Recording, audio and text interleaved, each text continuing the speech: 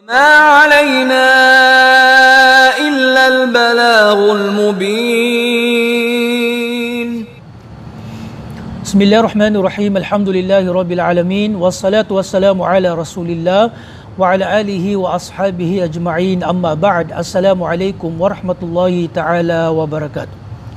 Mga kaibigan, mga kapatid sa pananampalatayang Islam, atin na naman pong ipagpapatuloy at dudugtungan ang pagsa sa Asmaullahi wa Sifatihi, ang mga pangalan at katangian ni Allah subhanahu wa ta'ala. At ito'y napakahalagang paksa na kailangan linawin, ipaliwanag ng detalyadong pagpapaliwanag at paglilinaw. Dahil nga sa kahalagahan ng paksa na ito, ay napakaraming sekta na nalihis at naligaw sa paksa na ito. At ang ilan dito ay magpasa hanggang ngayon ay umiiral sa panahon na ito na kung saan kanilang ipinapalaganap ang mga lihis na pananaw hinggil sa mga pangalan at katangian ni Allah subhanahu wa ta'ala. Kaya nararapat sa atin na unawain, pag-aralan, linawin at ipaliwanag ng detalyadong paglilinaw ang hinggil sa paksa na ito. So mga kapatid, sa huling episode, ang pinakahuling natalakay natin hinggil sa paksa na ito ay ating binanggit, inilahad ang mga uri ng katangian ni Allah subhanahu wa ta'ala. Tinalakay natin yung mga tinatawag na sifat dhatiya, sifat fi'liya, at yung sifat, tinatawag din siyang sifat khabariya, dhatiya, at sifat fi'liya at dhatiya. At binigyan natin ng mga halimbawa yung ilan sa mga uri na ito at yung mga katibayan din mula sa Quran at Sunnah ng mahal na propeta sallallahu alaihi wasallam. Dahil nga paulit-ulit nating sinasabi na ang mga pangalan at katangian ni Allah, na ang pamatean sa ligan dito ay tawqifiyah. Kung ano pa man yung nabanggit sa Quran at nabanggit sa Sunnah, lagi natin ito alalahanin. No? Hindi natin pangungunahan ang dalawang source, dalawang pinagkukunan na ito sa ligan ng ating relihiyon, ang Quran at Sunnah. Ano yung nabanggit na katangian sa Quran na pinagtibay ni Allah at sa Sunnah ng mahal na propeta sallallahu alaihi wasallam, ito lamang yung paniniwalaan natin at pagtitibayin natin. So ngayon naman sa paksa na ito na idinugtong ng ating Sheikh, ay tatalakayin natin yung mga ilan sa halimbawa, mga pangunahing katangian, mga halimbawa na napagtanto, mga halimbawa ng mga katangian ni Allah na pinagtibay at napagtanto mula sa Quran at mula sa Sunnah at mula sa ijma'. Wa min sifatillahi ta'ala at-thabita min al-kitabi was sunnah wal ijma'. Kabilang sa mga halimbawa ng katangian ni Allah subhanahu wa ta'ala na nabanggit, pinagtibay ng Quran, pinagtibay ng Sunnah at pinagtibay ng ijma', yung napagkasunduan, napagkaisahan ng mga scholar mula sa mga sahaba, tabi'in at tabi'in. So ngayon mga kapatid, na magfo-focus lang tayo, nag-focus ang ating Sheikh sa tatlong halimbawa na ito, na itong tatlong halimbawa na ito ng katangian. Ito yung pinaka malaking katangian, pangunahing katangian, pinaka halimbawa ng mga katangian na dito nalihis, no, ang mga sektang inuugnay sa relihiyong Islam. Anong tatlo na ito? Sifatul ulu. Ang pag-iral ni Allah subhanahu, ang kataas-taasan ni Allah, lalong-lalo na ang pag-iral ni Allah subhanahu wa ta'ala sa itaas. Itong sifatul ulu, tatalakay natin, no? At babanggitin natin ang tunay at tamang pananaw dito, pananaw ng Ahlus Sunnah wal Jamaah, pananaw ng mahal na propeta sallallahu alaihi wasallam na nabanggit sa Quran at kanyang pinagtibay at ipinarating sa atin. Ganun din ang ijma' ng mga nauna, no? Itong sifatul ulu. At ito yung pinakamalaking pinagtalunan, no, sa pinagtalunan, lalong-lalo na ang mga lihis na sekta, dahil kanilang itinanggi ang sifatul ang uluwudzat, ang pag-iral ni Allah subhanahu wa ta'ala. Kaya sila, dahil sa kanilang mga maling pamantayan at iniwanan nila ang mga katibayan. Mamaya babanggitin natin yung mga katibayan natin hinggil sa tinatawag na uluwudzat, pag-iral mismo ni Allah subhanahu wa ta'ala sa taas. No, ito yung una na sifa na ating babanggiting sifatul ulu. Pangalawa, yung istiwa, pag-iistiwa, pagpapaitaas, pangingibabaw, pag-iistiwa ni Allah subhanahu wa ta'ala sa kanyang arsh, na pinagtibay din ito ni Allah subhanahu wa ta'ala sa napakaraming dalil sa Quran na itinanggi ng mga lihis na sekta. Pangatlong katangian na binanggit ng ating Sheikh na ating tatalakayin, yung sifatul kalam, yung pagsasalita, pananalita o pagsasalita, sifatul kalam ni Allah subhanahu wa ta'ala, na kung saan itinanggi din ito ng mga lihis na sekta na humantong na upang kanilang sabihin na ang Quran, mushaf, ang Quran na ito na nasa ating mga kamay ay makhluk, nilikha, na katulad ng paniniwala ng Jahmiya, ng Mu'tazila, na kanilang pinaniwalaan na ang Quran ay makhluk, nilikha. Subhanallah. Ito ay lihis. Ito ay kufur na paniniwala na sabihin na ang Quran na salita ni Allah ay makhluk, waliyaudubillah. Waliyaudubillah, kataas-taasan, kaluwalhatian si Allah subhanahu wa ta'ala mula sa masama at ligaw na paratang paniniwala na ito. So ngayon mga kapatid, uunahin natin ang sifatul ulu, ang kataas-taasan ni Allah subhanahu wa ta'ala. Para lubos nating maunawaan, binanggit dito ng ating Sheikh na ang sifatul ulu ay may tatlong kategorya o tatlong uri. Tinatawag na ulul qadr, ulul qahr, ulul dhat. At lahat ng natin to pinagtitibay at pinaniniwalaan. Dahil nga nabanggit sa Quran, nabanggit sa Sunnah, at pinagtibay na ijma' na pagkaisahan ng salafus salih. Ibig sabihin ng ulul qadr, ang kataas-taasan ni Allah, ang kataas-taasan ng kanyang kadakilaan, ulul qadr. Ikalawa, ulul qahr, ang kataas-taasan ng kanyang kamahalikaan, kaharian. Ito yung tinatawag na ulul qahr. So pinaniniwalaan, pinagtitibay natin ito na si Allah subhanahu wa ta'ala ang pinakadakila at pinakamakapangyarihan, Pangatlo, ang ulul dhat, ang pag-iral ng kanyang sarili, ang kanyang dhat sa itaas, sa ibabaw, na pinaniniwalaan natin na si Allah subhanahu wa ta'ala ay umiiral sa taas.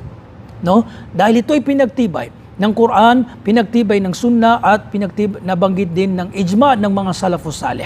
Ang mga ahlut ta'til, ahlul bid'ah, ahlut ta'til na sila yung mga Jahmiya, mga Mu'tazila, mga Asy'ariyah, Maturidiyya, Kullabiyya, hindi itinanggi nila mga kapatid itong uluwud dhat, ang pag-iral ng kanyang pag-iral ni Allah subhanahu wa ta'ala sa itaas. Dahil sa maling mga pamantayan, maling pananaw, na nabanggit natin ng ilan dito, na kasi iniisip nila na para bagang si Allah subhanahu wa ta'ala ay nasasakupan. Kapag pinagtibay mo daw na siya lumiral sa taas ay nasasakupan, o di kaya nasasaklaw ng lugar, o di kaya pinaniwalaan, halimbawa tinatanggi nila, sinasabi nilang kung si Allah ay nag-istiwa, saan siya bago pa siya mag-istiwa. Lahat ng ito, mga katanungan, mga kaisipan na sa kanila nanggagaling, at inimbento nila dahil sa mga maling pamantayan na ito, na ginawa nila yung takyif, paglalarawan, hawness, na nabanggit natin na ito ay hindi karapat-dapat, hindi applicable sa mga pangalan at katangian ni Allah subhanahu wa ta'ala, dahil ang kaisipan natin ay hindi niya kayang arukin ang dhat ni Allah subhanahu wa ta'ala, ang kadakilaan, ang sarili ni Allah subhanahu wa ta'ala. Kaya kung dahil dito, ano lamang yung nabanggit na mga katangian, pinagtibay nila, paniniwalaan natin at hindi na natin uusisain, pangimasukan, ilalarawan, dahil ito ay hindi kayang arukin ng ating kaisipan. Kaya ang mga ahlut ta'til, itinanggi nila itong ulul dhat, pag-iral ni Allah subhanahu wa ta'ala, bilang ahlus sunnah wal jama'ah, o di kaya salafi, na naniniwala, isang Muslim na Sunni, na kanyang sinusunod ang Quran at Sunnah at pamamaraan ayon sa pag-unawa at pamamaraan ng mga sahaba, mga tabi'un at tabi-tabi'un. At itong tinatawag na Salafi, na taong Muslim Sunni na kanyang sinusunod ang Quran at sinusunod ang Sunnah ng mahal na propeta sallallahu alaihi wasallam, at ano pa mang napagkaisahan at pamamaraan ng mga sahaba, mga tabi'un at tabi'in. Isang katawagan din ay sila yung mga ahlus sunnah wal jamaah, ay pinaniniwalaan natin na si Allah subhanahu wa ta'ala ay umiiral. Saan? Umiiral sa taas, nangingibabaw, siya ang pinakamataas. Ulul qahr, ulul qadr at ulul dhat. Wala nang tataas kay Allah subhanahu wa ta'ala. Siya ang pinakamataas sa lahat dahil siya ang Panginoon ng lahat. Ano yung mga dalil natin dito?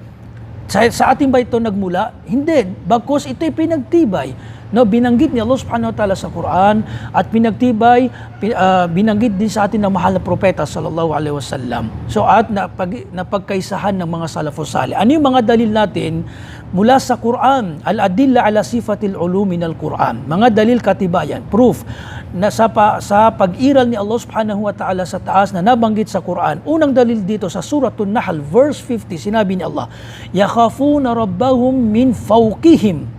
Tingnan nyo, sinabi ni Allah hinggil sa mga anghel, no, na kanilang kinatatakutan ang kanilang Panginoon na nasa kanilang itaas. Min fawqihim, ang mga anghel na kanilang dinadakila, kinatatakutan si Allah subhanahu wa ta'ala na nasa kanilang itaas. Si Allah subhanahu wa ta'ala nagsabi nito, subhanallah, na yakhafuna rabbahum min fawqihim. Kinatatakutan ng mga anghel ang kanilang Panginoon, si Allah subhanahu wa ta'ala na nasa kanilang itaas. Napakalinaw na dalil na si Allah subhanahu wa ta'ala ay umiiral sa taas. Ikalawang dalil, sabbihisma rabbikal la'ala, luwalhati mo ang iyong Panginoon ang kataas-taasan. A'la, siya ang pinakamataas, siya ang kataas-taasan, no? Na pinagtibay din sa dalil na ito na si Allah subhanahu wa ta'ala ay umiiral dahil nasasakol niyang ulo, lahat ng ulo na umuugnay kay Allah subhanahu wa ta'ala ay pinaniniwalaan natin ulul qahr, ulul qadr at yung ulul dhat. Kabilang din sa dalil, sabi ni Allah subhanahu wa ta'ala, wa huwal qahiru fawqa ibadihi, sa Suratul An'am verse 18, at siya ang tagapagsupil na nangingibabaw sa kanyang mga alipin. Fawqa ibadihi, si Allah subhanahu wa ta'ala ang qahir, tagapagsupil na nangingibabaw sa kanyang mga alipin. Siya Allah nangingibabaw, siya ang pinakamataas. Binanggit ito ni Allah, pinagtibay ito ni Allah subhanahu wa ta'ala. Kaya pagtitibayin at paniniwalaan natin.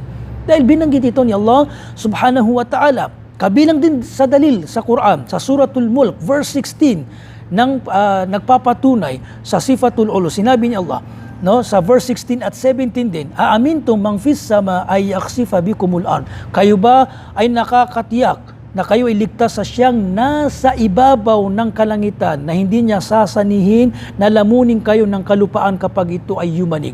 No? Doon tayo sa mangfis sama.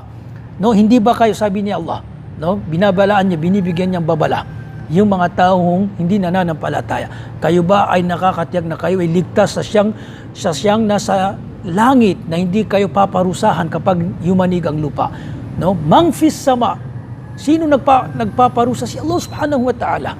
No? Dahil siyang Panginoon, siya ang tinutukoy sa mangfis sama. Kaya ang tafsir mismo si Ibn Jarir at-Tabari. Si Ibn Jarir at-Tabari.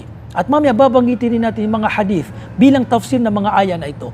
Na sabi ni Ibn Jarir at-Tabari sa kanyang tafsir, na si Ibn Jarir at-Tabari kabilang sa mga salafus salih. Sa unang 300 years ng Hijri, na salafus salih na pinuri ng mahal na propeta sallallahu alaihi wasallam ang panahon na ito, na siyang tinaguri ang Sheikhul Mufassirin, ang guro ng mga nagtatafsir, nagpapaliwanag, mga ulamang nagtatafsir, tinaguri ang siyang Sheikhul Mufassirin. Anong sinabi ni Ibn Jarir sa verse 17 na ito, na amintum man fis sama wa huwa Allah.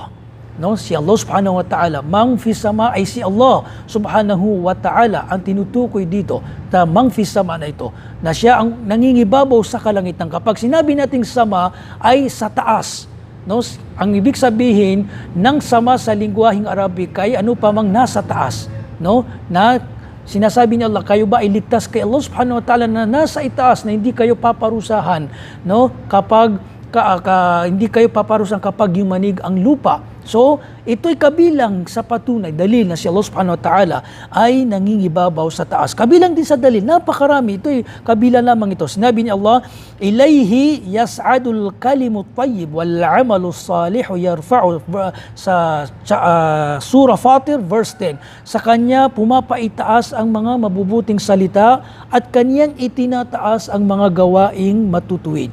Pinagtibay ni Allah subhanahu wa ta'ala na may mga gawaing mabubuti na kanyang iniaangat, itinataas sa kanya.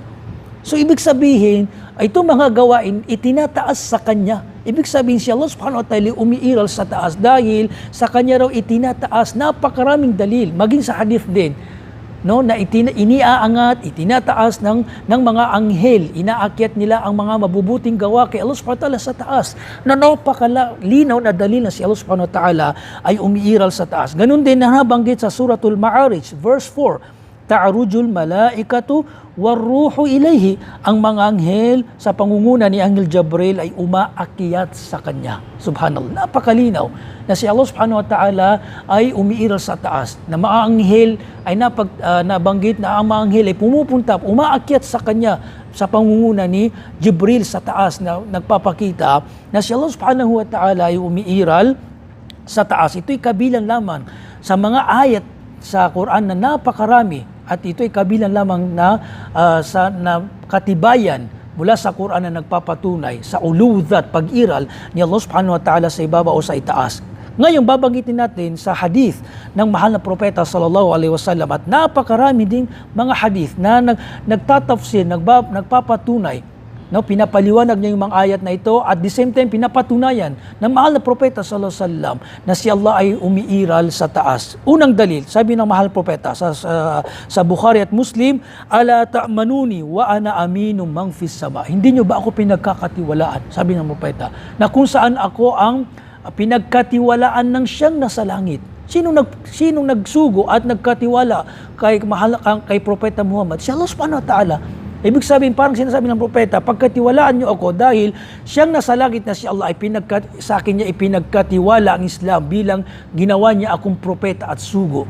So ito ay napakalaking dalil, katibayan, at bilang tafsir din sa mangfis sama na nabanggit sa mga ayat sa Quran sa pamamagitan ng hadith na ito ng mahal na propeta sallallahu alaihi wasallam. Pangalawang dalil, at ito ay nabanggit din sa Sahih Muslim, na yung isang alipin, no, babaeng alipin o di kaya alipin, ay tinanong ng mahal ng propeta, no, man rabbuk, sinabi niya, ayna Allah, sinanong niya saan si Allah subhanahu wa ta'ala. Anong sinabi ng alipin na ito? Sabi niya, fis sama, siya ay nasa langit. Napakalinaw.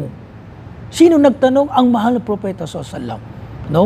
At sinagot ng babae, fis sama. Pagkaraan nito sa huling ayat, sabi niya, palayain mo siya, gawin mo siyang malaya dahil siya ay mu'mina.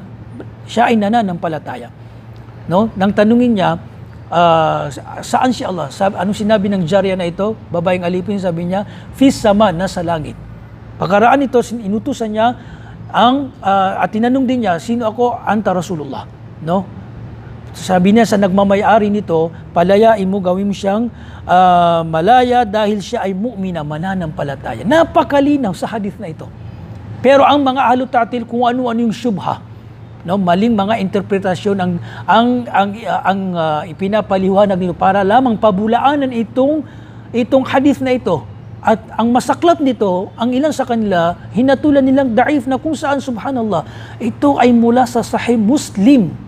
No, nabanggit na ito ay narrated ni Sahih Muslim, na tinaguri ang Bukhari at Muslim asahul kitab ba'da al-Quran, pinaka-authenticated na aklat pagkaraan ng Quran. Itong Sahih Bukhari at ng Muslim, at kung ano-ano mga ipinaparatang nila sa hadith na ito. Subhanallah, na napakalinaw na katibayan mula sa hadith na si Allah subhanahu wa ta'ala ay nangingibaw, umiiral sa taas. Ganon din, kabilang din sa hadith yung pag-mi'raj ng mahal na propeta sallallahu alaihi wasallam. Ito lamang yung pagpunta ng mahal na propeta sallallahu alaihi wasallam sa langit, na kung saan nabanggit natin, halimbawa yung pag-uubliga ni Allah subhanahu wa ta'ala sa mahal na propeta sa 5 beses na pagsasala, na mismo doon siya kinausap ni Allah subhanahu wa ta'ala sa langit, na at inubliga sa kanya ni Allah subhanahu wa ta'ala sa mahal na propeta ang 5 beses na pagsasala. Ito lamang nagpapakita sa pagme-mi'raj ng mahal na propeta, pagtungo niya sa langit at kinausap siya doon ni Allah, nagpapakita na si Allah, napakalinaw, napakalaking katibayan na si Allah subhanahu wa ta'ala ay umiiral sa taas. Kabilang din sa hadith, mga kapatid, halimbawa, itong si Zainab bintu Jahash, no,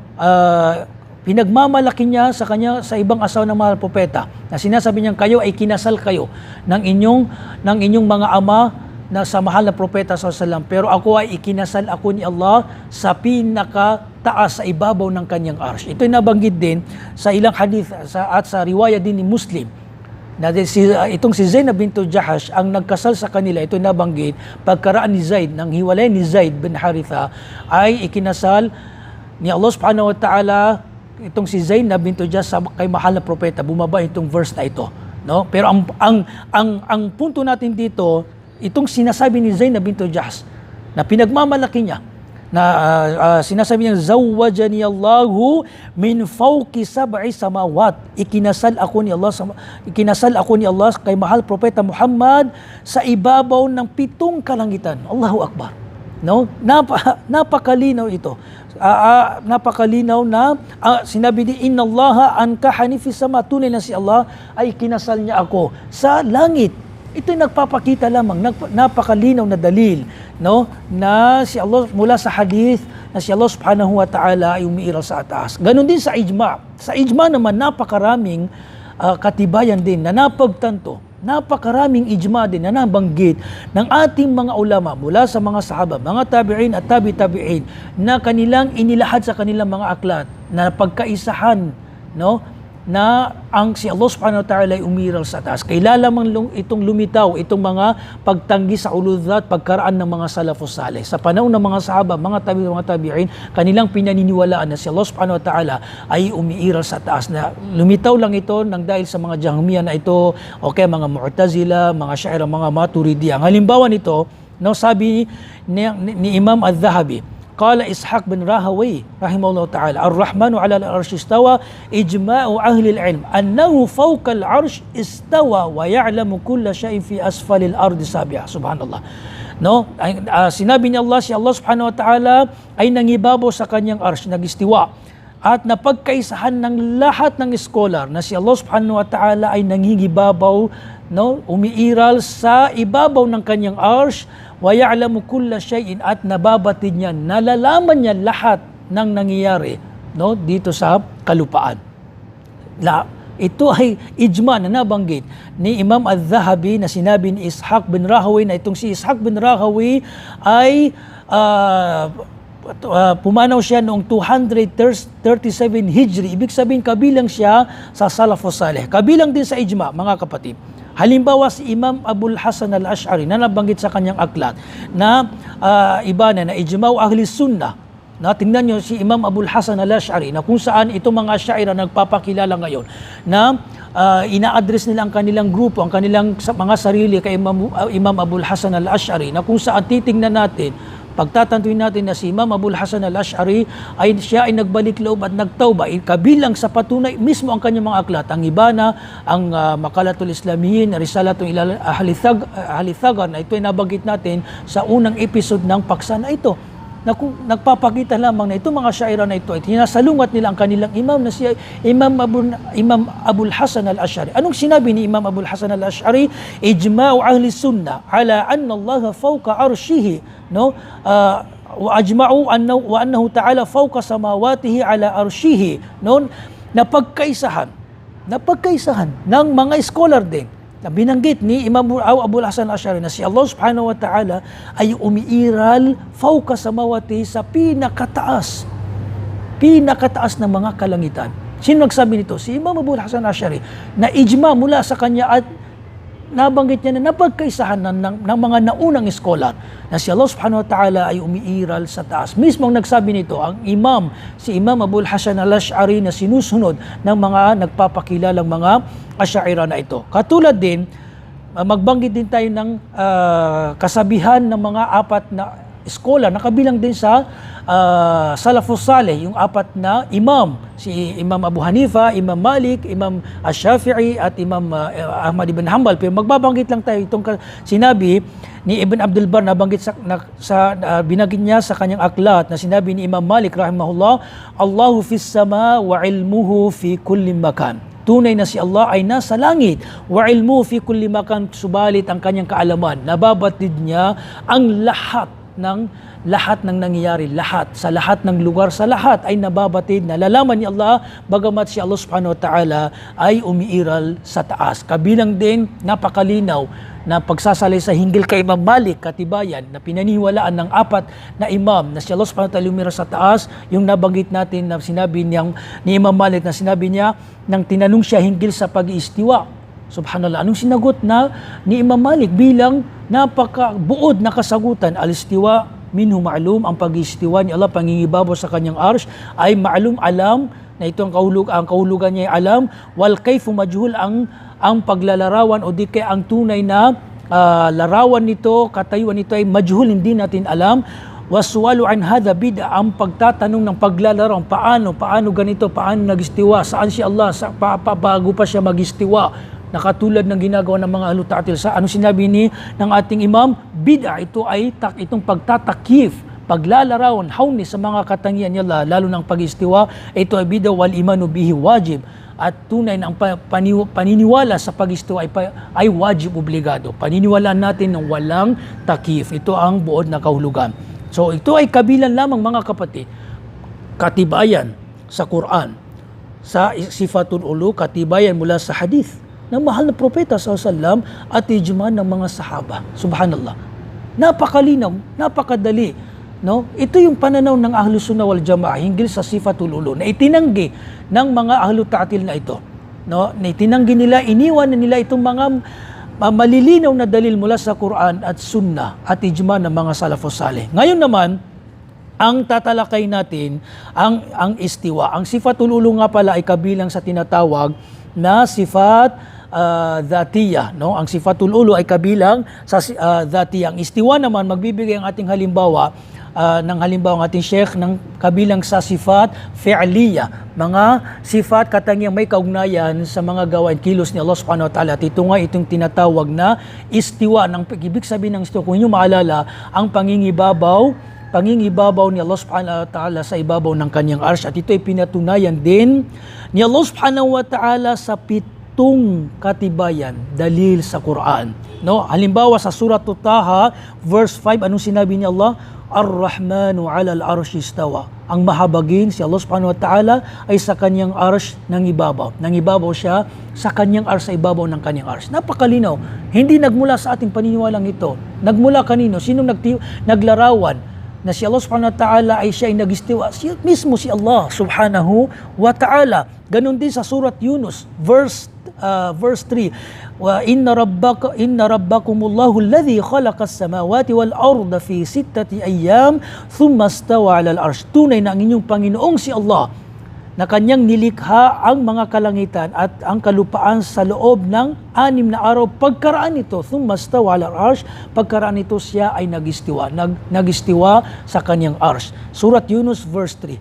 No? Na si Allah subhanahu wa ta'ala, sinabi niya, pagkaraan niya likahin ang mga kalangitan at kalupaan sa loob ng 6 na araw, siya ay nagistiwa. Paniniwalaan natin, hindi na natin ilalarawan, hindi natin uusisain at ilalarawan sa ating mga kaisipan at i-question natin na paano ganyan, paano. Hindi na natin kayang arukin ang ating kaisipan. Dito lamang tayo hinto, hindi na natin babawasan. Dahil binanggit ni Allah, paniniwalaan natin to. Pinagtibay nila. Ganun din, pwede niyong i-review ang sa Suratul A'raf, verse 54, sa Suratul Ra'd, verse 2, sa Suratul Furqan, verse 59, sa Suratul Sajda, verse 4, sa Suratul Hadid, verse 4, na nabanggit sa mga sura na ito itong pag-iistiwa ni Allah subhanahu wa ta'ala. At ang istiwa ay kabilang sa sifat fi'liyah at ito ay tinanggi ng mga mu'attila at ginamitan nila ng ta'wil pag inilihis nila ang kahulugan nito, no? Kahulugan nila kung ano-anong ibinigay nilang kahulugan para lamang itanggi ang pag-iistiwa, no? El-isti'la, dethrone o ano pa mang mga kahulugan, no? Pero ang kasagutan nito, tingnan niyo yung sinabi ni Imam Malik, no? Hinggil sa istiwa, ma'lum, alam na ang kahulugan nito sa lingwaheng Arabic, na ito ay irtifa, no, pagpapaitas, pangingibabaw, so paniniwalaan natin. Naunawaan natin ang istiwa, paniniwalaan natin, biduni takif, hindi na natin ilalarawan paano, saan si Allah bago pa siya mag-istiwa. Ito ay labag sa relihiyong Islam, no, nasasalungat niya dahil hindi kayang arukin ng ating kaisipan. na salungat sa ginagawa ng mga ahlut ta'til, dahil ang ginawa nilang sukat ng timbangan sa mga katangin nila ay kung anong mga nasa mga nilikha, kaya inilalarawan nila, itinatanggi nila. Tinagtatanggol sila ng mga ganitong katanungan dahil sa mga maling pamantayan nila na tinatawag na ilmul kalam. Bilang panghuli mga kapatid, na katangian itong sifatul kalam, ang pagsasalita, pananalita ni Allah subhanahu wa ta'ala. At ito'y nabanggit din sa napakaraming dalil sa Quran na si Allah subhanahu wa ta'ala ay nagsasalita. Kaya ang ating pananaw, sabi ng ating Sheikh, kahulugan ng sifatul kalam, anna Allah ta'ala yatakallamu bi kalamin hakiki. Tunay na si Allah ay nagsasalita ng tunay na salita. No, masmo, naririnig bi hurufin wa aswatin, na may mga letra at may mga boses. Ngunit ang pagsasalita, pananalita ni Allah ay la yumathilu kalamil makhlukin, pero hindi niya kahaling tulad ang pagsasalita ng mga makhluk, mga nilalang. Nabanggit natin ito sa mga nauna, binibigyan din natin. May mga katangian salita, no, na ginagamit, itinataglay o ginagamit kay Allah at ginagamit. Ibig sabihin, halimbawa pandinig, ang tao ay nakakarinig, ang si Allah subhanahu wa ta'ala ay nakakarinig din. Pero ang pandinig ni Allah ay hindi kahalintulad ng pandinig ng tao. Pero yung salitang pandinig ay ginagamit sa tao na makhluk at ginagamit kay Allah subhanahu wa ta'ala. Pero syaitan, napakalaki ng kahibahan kapag inaddress na kay Allah at inaddress na sa isang makhluk, no, na ang pandinig ni Allah hindi kahalintulad ng pandinig ng tao na nakis, limitado at kulang. Pero ang pandinig ni Allah ay napagtanto niya dahil binigyang diin ni Allah sa banal na Quran na laysa kamithlihi shay, wala siyang kahalintulad sa lahat ng aspeto, sa kanyang sa kanyang katangian, sa kanyang mga gawain, no? Bagamat sabi ni Allah, wa huwas samiul basir, siya ay nakakarinig at nakakakita. So parang sinasabi ni Allah ang kanyang pandinig, siya ay nakakakita at siya ay nakakarinig, pero ang kanyang pandinig, ang kanyang paningin ay hindi kahalintulad ng ano pa mang bagay. Napakalinaw, subhanallah, no? Napakalinaw. Kaya sinabi ni ating Sheikh, wa annahu yatakallamu mata sya bima sya, kayfa sya. At siya nagsasalita kung kailan niya gusto at sa anong paraan at sa anong paraan. Dahil siya ay Panginoon, no? Ginagawa niya dahil ang kabilang itong sifatul kalam ay kabilang sa dhati at fi'liya, nasasaklaw niya ang dhati at fi'liya. At ang fi'liya nabanggit natin ay gagawin ni Allah kung ano yung gusto niyang gawin, sa anong paraan niya ninanais, dahil siya ay Panginoon. Inna rabbaka fa'alun lima yurid, nabanggit natin to na, sa Quran, na sinabi ni Allah, tunay na si Allah subhanahu wa ta'ala ay ginagawa niya ang ano pa man kanyang ninanais. So tinataglay niya ang mga katangian na may kaugnayan sa gawain at kilos. Na kabilang nga rito ang istiwa, no? Katulad mahabba, pagmamahal, pagdating na si Allah subhanahu wa ta'ala, waja'a rabbuka wal malaku saffan saffa. Si Allah ay darating sa kabilang buhay upang umpisaan ang paglilitis, no, pagsusuri sa ating mga gawain. Ito ay paniniwala natin. Ito ba'y nagmula sa atin? Hindi. Sino nagsabi nito, nagtibay nito, naglarawan nito? Mismo si Allah subhanahu wa ta'ala. No, nakatulad nga nito ang pag-istiwa o di kay ang kalam. No, ang kalam, pagnanalita ni Allah subhanahu wa ta'ala, pinagtibay. Anong dali natin dito? Sinabi ni Allah sa Suratun Nisa, verse 164, wa kallamallahu Musa taklima. At si Allah ay nangusap kay Musa ng tuwirang pananalita. Allahu Akbar. Napakalinaw na si Allah, sabi ni Allah sa kanya, hingga sa kanyang sarili na kinausap niya si Musa alayhis salam. At iba pang mga dalil. No, katulad ng kanyang nang nag-mi'raj ang mahal ng propeta na kinausap ni Allah subhanahu wa ta'ala ang ating propeta Muhammad sallallahu alaihi wasallam. Ganon din si Prophet Ibrahim. Ito'y nabanggit din, no? Kabilang din sa dalil sa Suratul A'raf, ganon din kay Musa, wa qawluhu ta'ala walamma ja'a Musa limiqatina wa kallamahu rabbuhu. Suratul A'raf verse 143, at nang si Musa ay dumating sa itinakda naming oras at ang kanyang Panginoon na si Allah subhanahu wa ta'ala ay nakipag-usap sa kanya. Napakalinaw sa tinatawag na sifatul kalam. Pero itong mga ahlut ta'til na ito, nang dahil sa kanilang mga maling pamatayan, no, ay hindi nila ipinagtanto, pinagtibay ang kalam hanggang sa humantong, no, na kanilang sabihin na ang Quran ay makhluk, nilikha ta'ala Allah.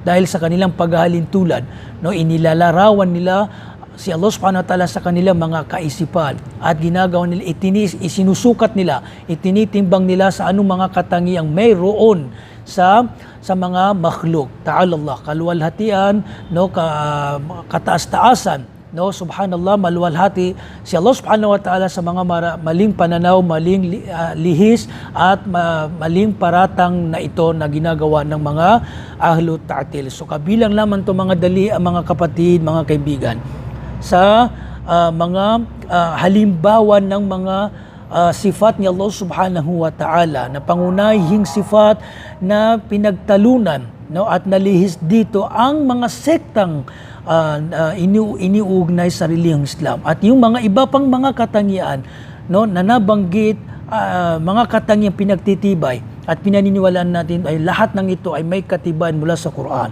at mula sa Sunnah at ijma ng Salafus Salih. At sinabi ni Allah subhanahu wa ta'ala, atiu Allah wa atiu Rasul. Sa ibang aya, fa in tanaza'tum fihi shay'in farudduhu ila Allah wa Rasuli. Kapag kayo mayroon kayong hindi napagkasunduan, hindi pagkakaunawaan sa ilang bagay, lalo na sa akida, ay manumbalik kayo sa Quran, panghawakan yung Quran at ang Sunnah ng katuruan ng mahal na propeta sallallahu alaihi wasallam. Ganun din sa hadith sinabi ng mahal na propeta, no? Taraktu fikum shay'an ma in tamassaktum bihi ma lan tadillu ba'di, kitabullah wa sunnati. Iniwan ko sa inyo ang dalawang bagay, habilin sa atin ng mga propeta na ating panghawakan. Kapag pinanghawakan natin ang dalawang source na ito, ay hindi tayo maliligaw, malilihis sa matuwid na landas. Ang Quran, kitabullah wa sunnati.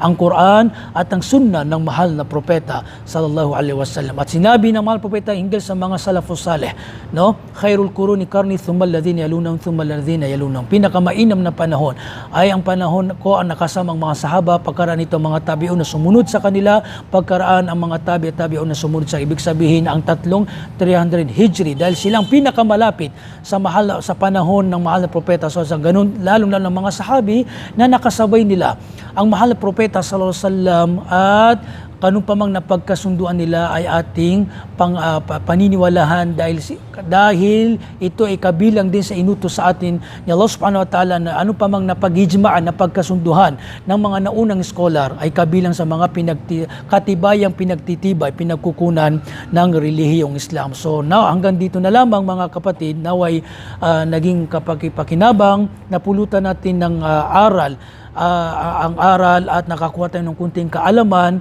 na may kaugnayan sa mga pangalan at katangian ni Allah subhanahu wa ta'ala. Naway patatagin panawa tayo ni Allah sa matuwid at tamang akida, lalo na yung paniniwala sa mga pangalan at katangian ni Allah, at naway maging matatag tayo sa Ahlus Sunnah wal Jamaah hanggang sa pinakahuling sandali ng ating buhay. Wa akhiru da'wana anil hamdulillah, wassalamu alaikum warahmatullahi ta'ala wabarakatuh.